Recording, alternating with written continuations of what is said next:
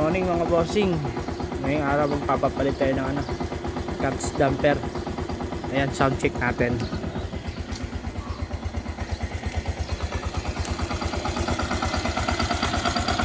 Ayan. Sound check natin. Tapos mamaya, ito yung bitter pala ko alis. Mamaya sound check natin pagkatapos na palitan ng clutch damper. Baka hindi ako makapag-video mamaya baka siyempre baka hindi tayo payagan, kaya tara na, papasound check na lang sa inyo mamaya. Dito rin, dito ako umuwi sa bahay.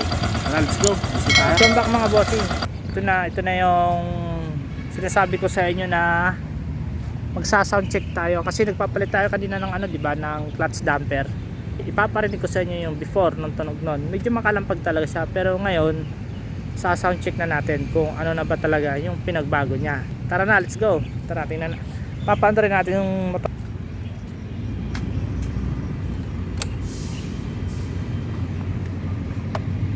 Start.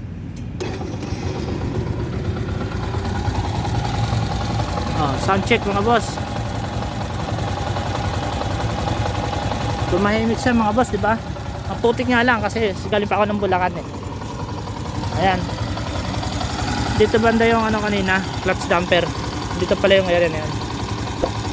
Ayan. Mga boss, cut bombay natin. Diba? Ayan, ayan tunog nun. Ayan, maputik na. Galing Bulacan Pag galing pa Bulacan, maatik na yan. Kanya kaputik yan. Sobrang tumahimik siya mga bossing kumpara sa dati. Saka nagsuggest si sir sa mga katulad natin. Nasa atin naman tayo kung gagawin natin.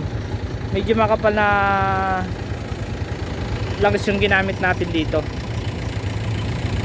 Tingnan natin kung tatagal yung kanyang clutch damper.